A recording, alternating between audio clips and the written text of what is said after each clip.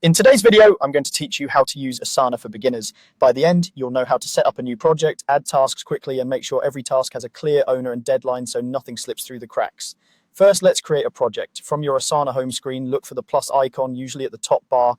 Click it and choose blank project. Give your project a clear, recognizable name so anyone joining later instantly understands its purpose. Next, choose your preferred view. List view is perfect if you like a straightforward, top-to-bottom to-do list. It's great for tasks that flow in a sequence or when you want a compact, text-focused layout. Board view is ideal if you think in stages, like to do, in progress, and done. It lays tasks out as cards in columns, which makes it easy to track movement from one stage to another. Don't worry too much about the choice right now. Asana lets you switch views later if your needs change. With the project created, it's time to add tasks. Click the Add Task button and start typing your action items. Keep each task specific and actionable. Start with a strong verb like draft, review, or send. After typing the first task, press Enter to instantly create the next one and repeat until you've captured everything you need to do. If a task feels too big, break it into multiple smaller tasks so each one can be completed in a single sitting.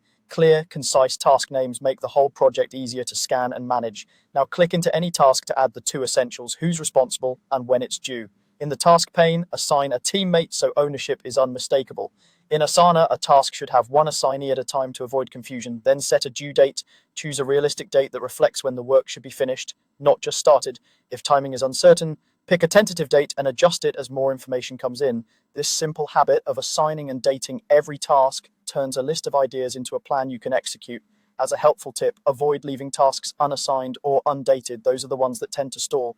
That's it. You've created a project, added your tasks efficiently, and established clear ownership and timelines. Keep practicing these basics, and your Asana projects will stay organized, visible, and moving forward.